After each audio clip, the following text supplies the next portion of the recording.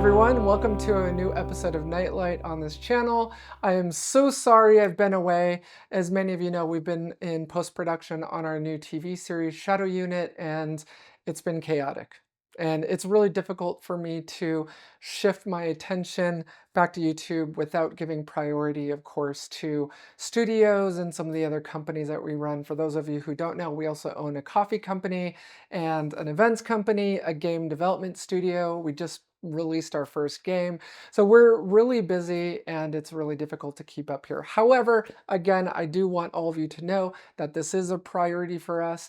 I care deeply about imparting a lot of what I'm learning and doing on all of you because the tide lifts up all ships.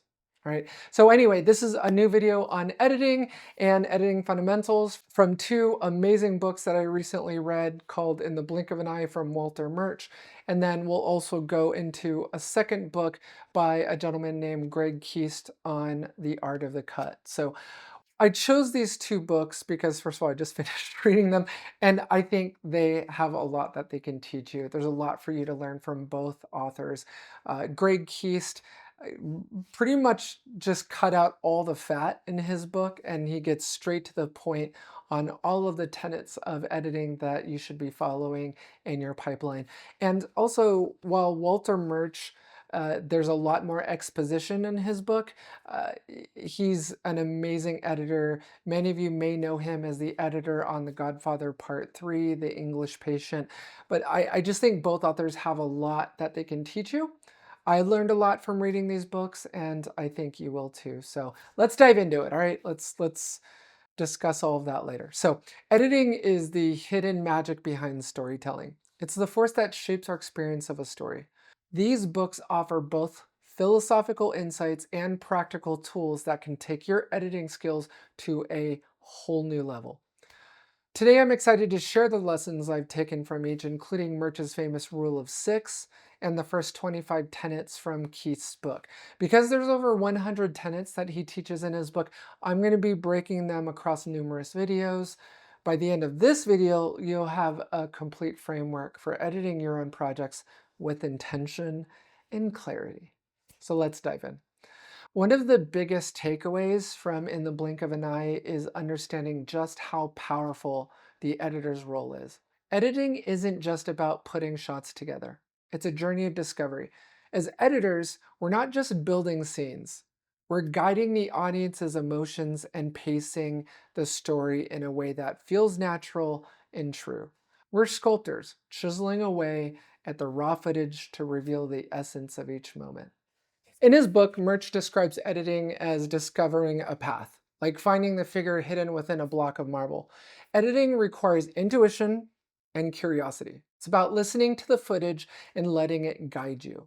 It's a reminder to approach each project with patience and trust the process. Have you ever watched a movie that left you breathless and wondered what made it work so well? Editing is the hidden magic behind storytelling. It's the reason why a cut can make you feel tension, joy, or even dread.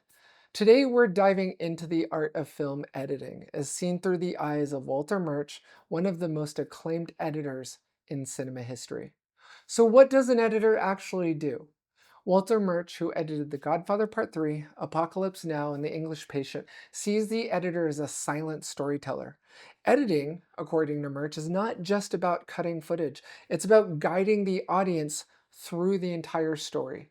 The editor's job is to control what the audience feels and when they feel it, crafting emotions by choosing which frames stay and which ones go. Think of your job as an editor when you're reviewing each frame, when you're reviewing the different parts of your sequence, as those scenes auditioning to you on whether or not they stay or go. So you have a lot of power as the editor. Editing isn't a simple task, it's a journey of discovery. You're not just putting scenes together, you're exploring all possible paths, like a sculptor finding the hidden figure within a block of marble. It's about listening to the story and using your intuition, not just following rules. So why do cuts even work in the first place? In our day-to-day lives, we don't experience cuts. We see the world as a continuous flow of images. But somehow our brains can process cuts in films as natural. It's like a dream. In dreams, we jump from one place to another and our minds fill in the gaps, creating a continuous story for us. Films do something similar. Film editing introduced a new way of storytelling. It's a language of discontinuity. Instead of following a linear flow, we can jump through time and space, giving films a unique power to tell stories in ways that plays or books can't. This cutting allows films to be sharp and to the point, choosing the perfect moment to heighten tension or reveal a twist. Murch is known for his rule of six. It's six criteria that he uses to decide if a cut is good or not. Let's break down each rule so you can apply them to your own work. As a matter of fact, this is probably the most common question that I get from people on editing is, how do you know whether or not to cut a scene? How do you know if a scene is good enough to stay in the film? So hopefully this rule of six will help guide those decisions for you. So first is emotion, and it's the most important. A cut should always preserve the emotional tone of the scene. If you must sacrifice any other rule, never sacrifice emotion. A cut should make the audience feel exactly what the story intends at that given moment. Story is next. A good cut advances the story, pushing it forward. If a cut doesn't contribute to the narrative, it's probably unnecessary. Every edit should serve a purpose in storytelling. Rhythm. It's the heartbeat of editing. Every cut should feel right in timing, fitting the natural beat of the scene. A fast-paced action scene needs quicker cuts, while a slower dramatic scene might need long pauses. Eye trace. This is about guiding the viewer's eye to where it needs to be in the frame. You don't want to confuse the audience or make them hunt for focus. For example, if I drop a ball, you want to guide the viewer's eyes towards that ball. A great cut should seamlessly guide their eye. Two-dimensional plane. This rule is about maintaining the screener's spatial orientation.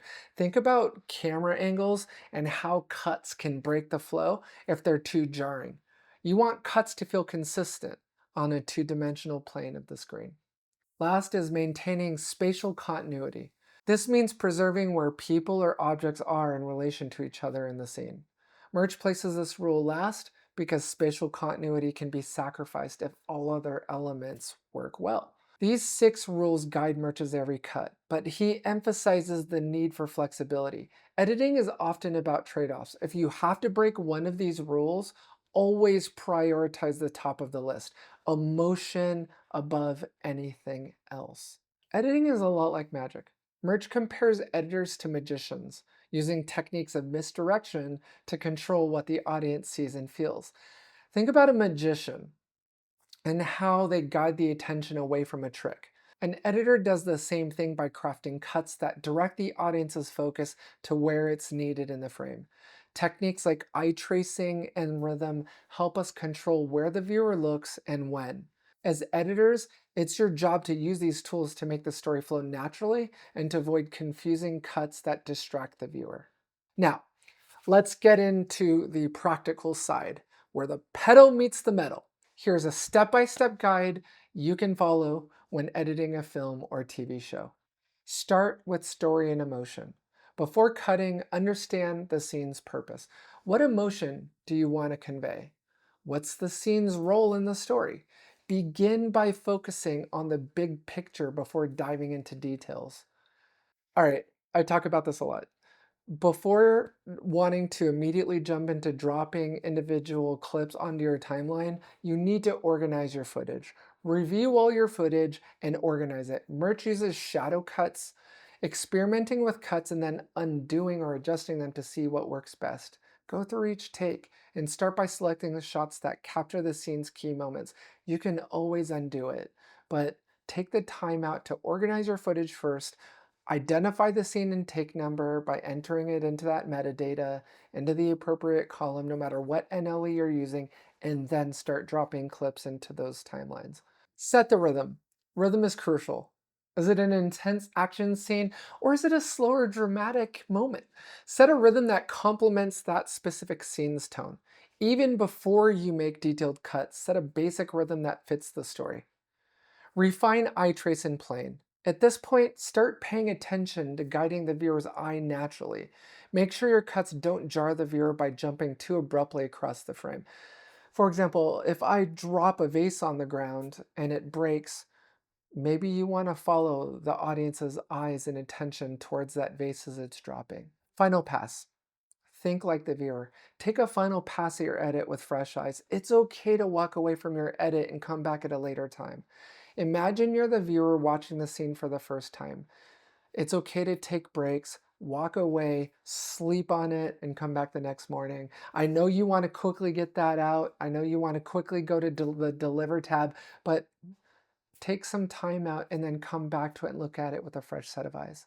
This is where you can catch any pacing issues or jarring transitions that might take the viewer out of the story.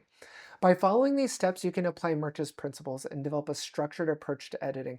But remember, these aren't strict rules. You can break the rules. Rules are meant to be broken, but they're a foundation to help you find your own style. Editing is an art that requires both precision and intuition. Murch's Rule of Six gives us a roadmap, but the real magic happens when we balance technique with creativity. Just like a sculptor finds the figure hidden in stone, editors uncover the story hidden in hours of footage.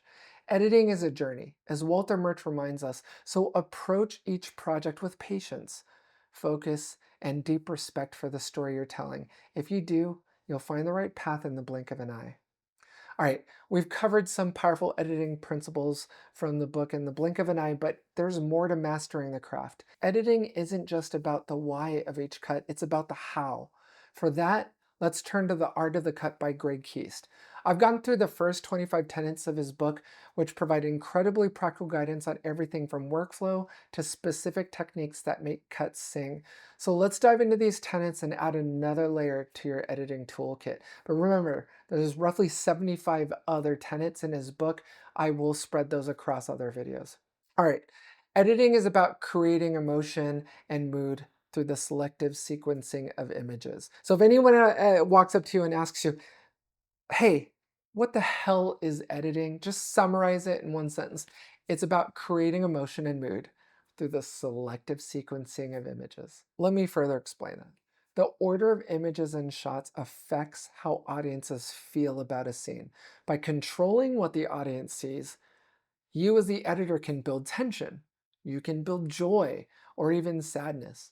For example, in Psycho, those rapid cuts that were done during the shower scene create a terrifying, chaotic mood, intensifying the horror through image sequencing. And the abruptness and the jarring of those quick cuts between those different images obviously helps set the mood. Editing is not about mirroring reality as we know it.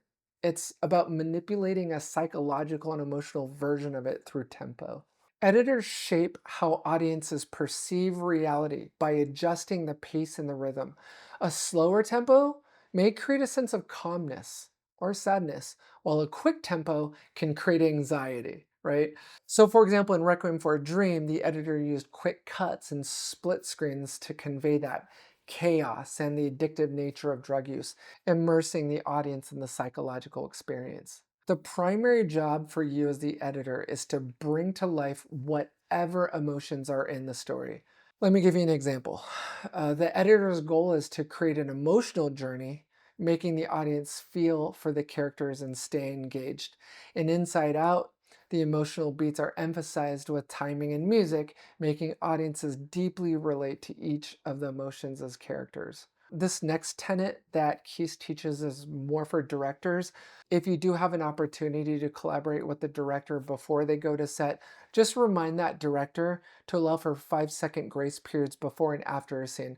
I do this as a director. I'll let the cameras continue to roll even though the dialogue is done to just give me additional footage for the edit and post-production. Basically, you're giving extra footage to the editor for more flexibility, more coverage, letting them choose the perfect moment to start and end a scene. Be considerate. Approach each project with empathy, understanding that the footage is someone's creative vision. Just be kind when you're giving critical feedback or just input when you're done looking at the scenes. Be sensitive to that. That's all I can really say. Break it apart.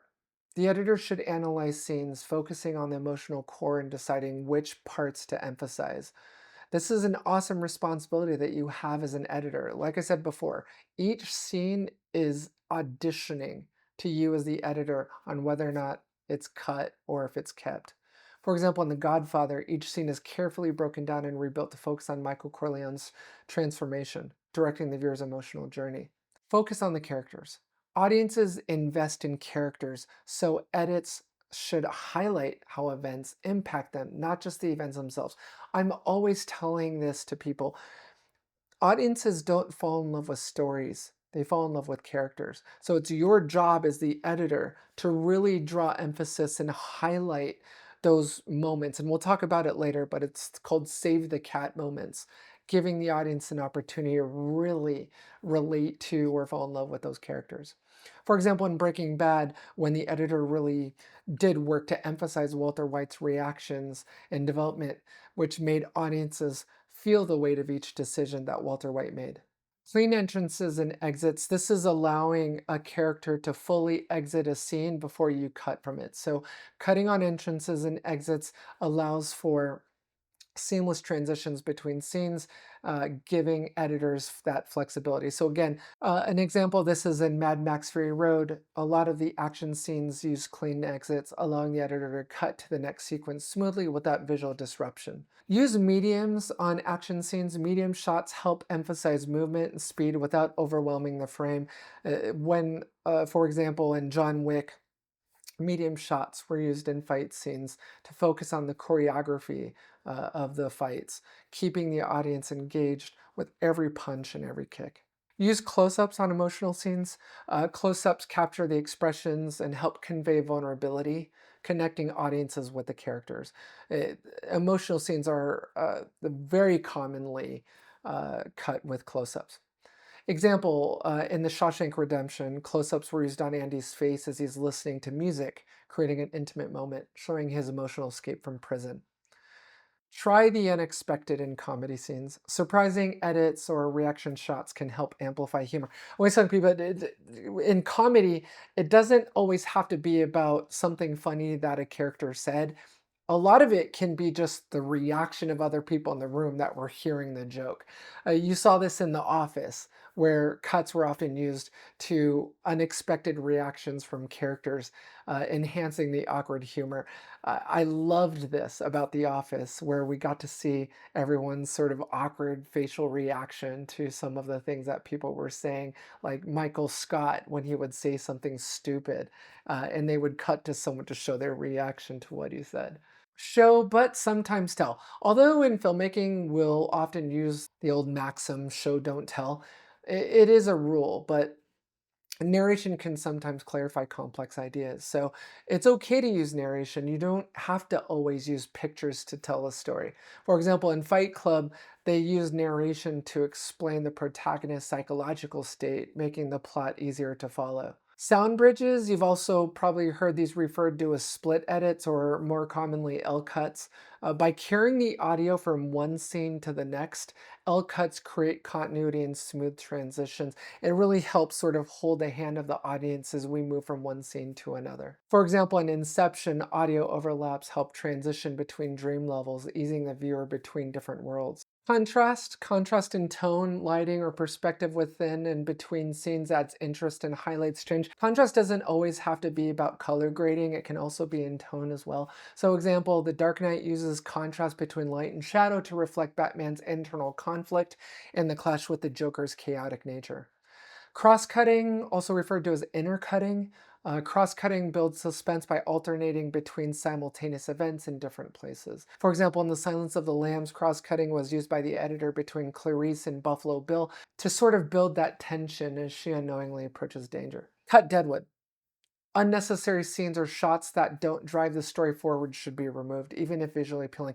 I struggle with this as an editor as well. You know, I'm so close to the story, it's really difficult for me at times to sort of detach myself from the beauty or cinematic cut and just want to keep it. I'll always want to keep it, and it's really difficult for me to cut that Deadwood. So if a scene, no matter how beautiful it is, no matter how cinematic or filmic it is, if it doesn't push the story forward, it's got to be cut. It's got to be cut. So cut that Deadwood, even if it's visually appealing. For example, in Blade Runner, which was a very cinematic movie, had a lot of cinematic shots. A lot of those scenes that didn't contribute to Deckard's journey were cut to maintain focus on the story arc. Cut from the gut.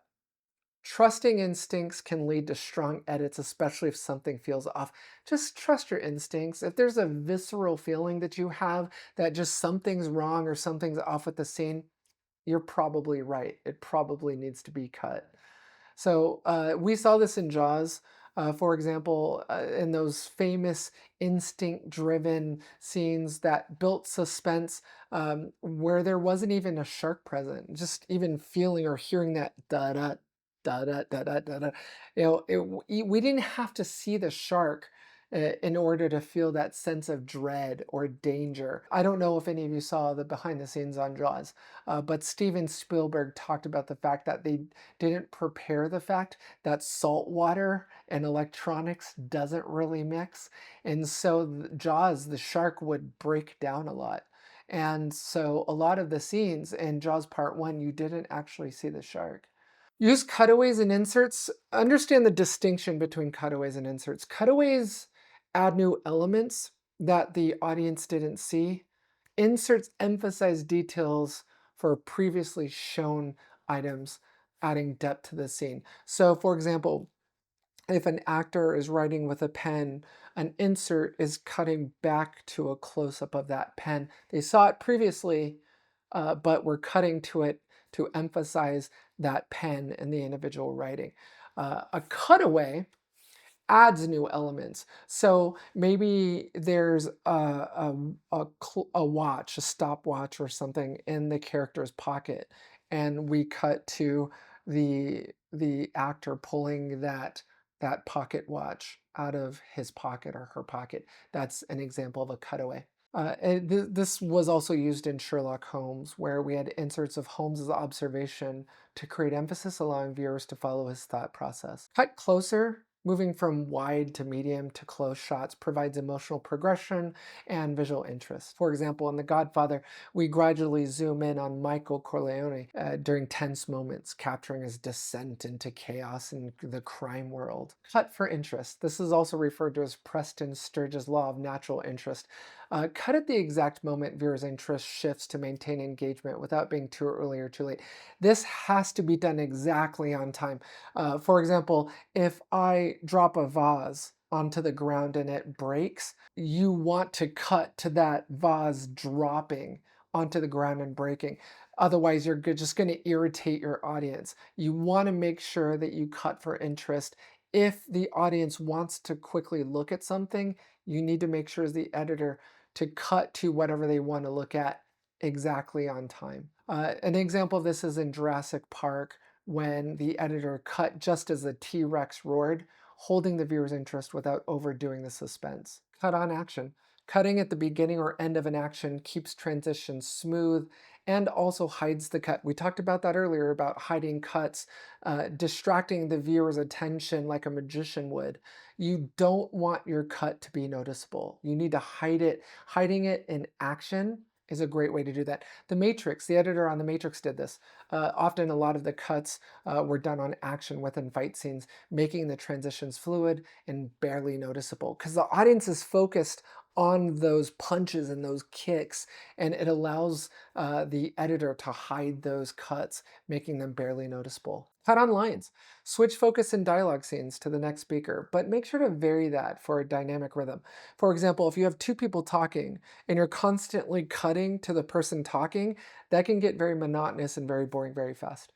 So maybe if there's something else in the room you can cut to, if there's another individual in the room, and you can cut to their reaction to something someone said. If there's only two people in the room, maybe you cut to the other person to get their reaction to what the other person is saying. So cut on reaction, cut on action, cut on lines. It's all very important to maintaining that continuity and that rhythm. For example, in The Social Network, the editor cut to the reactions during the deposition.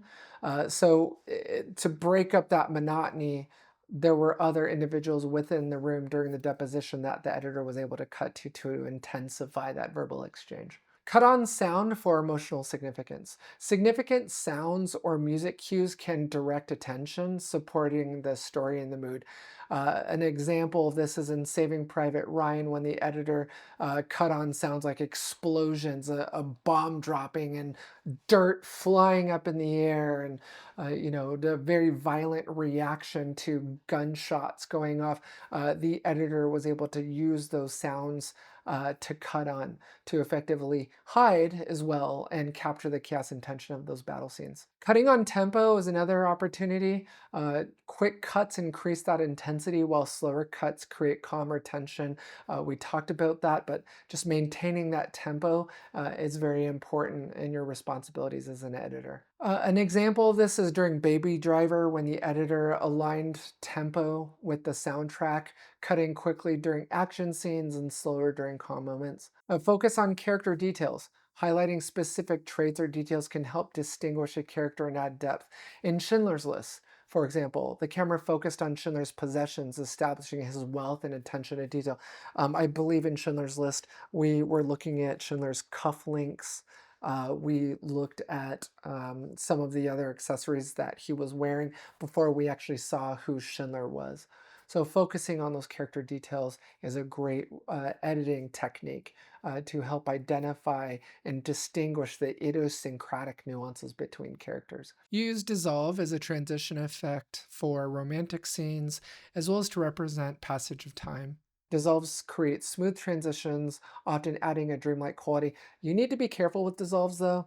It's really important that you as an editor maintain continuity in the types of cuts that you use. You don't want to just randomly sprinkle in dissolves if the entire show or the entire film you were using a different cut type. An example of this was in Casablanca when dissolves were used between memories, emphasizing romance and nostalgia. Highlight character change, edit to show character transformations at key story points. The audience won't fall in love with the story, they'll fall in love with the characters. So it's really important for you as the editor to know where those key story points are in the script in order to help emphasize those character transformations and those psychological descents with edits emphasizing their transformation.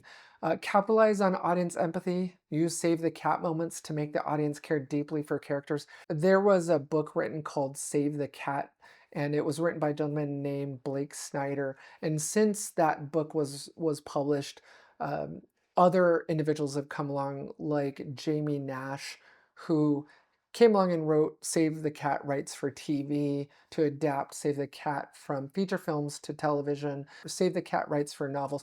It's basically the idea that in screenwriting, when you're writing a character, it's important that that character has save the cat moments, meaning that that character will save a cat from a tree or save a dog from a burning building.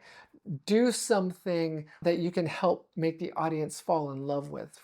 It's important that you as the editor identify those save the cat moments in the scene to emphasize that, to really help that audience along and falling in love with that character.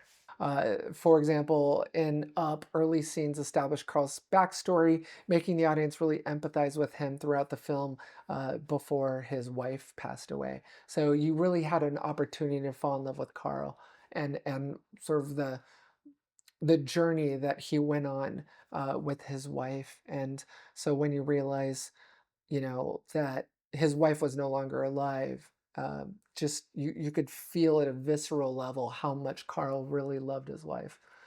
Eye lines ensure characters' eye directions match across cuts to maintain that visual coherence. For example, in Harry Potter and the Sorcerer's Stone, the editor used consistent eye lines, especially in Quidditch scenes.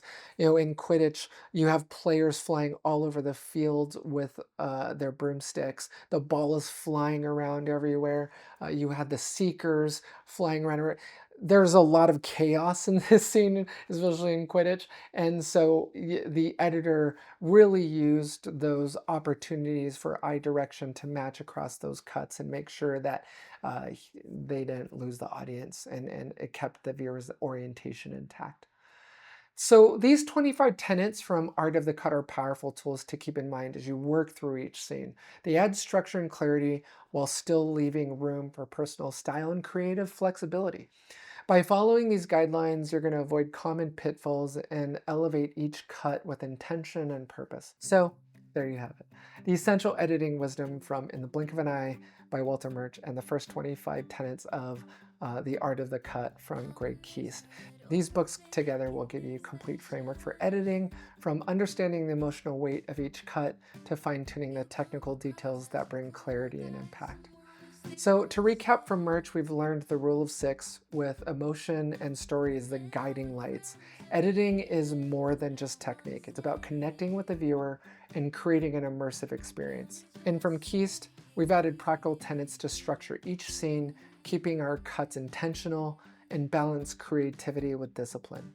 Just remember, editing isn't an exact science, it is an art. So if you have 100 different editors, you'll have 100 different versions of a film or a TV show.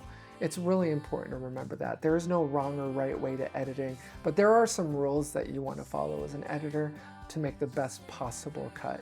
So as you work through your own projects, remember to keep both the big picture and the fine details in mind. Trust your instincts, stay flexible, and above all, focus on the story and emotion at every step. With these insights, you'll be well on your way to crafting powerful, memorable edits that will resonate with your audiences. So thank you for watching. I hope these lessons from In the Blink of an Eye and Art of the Cut inspire you and equip you on your narrative editing journey. If you enjoyed this video, please like it, subscribe, and hit that bell for more content just like this. And let me know in the comments, what editing challenges are you working on? Let's continue this conversation in the comment thread.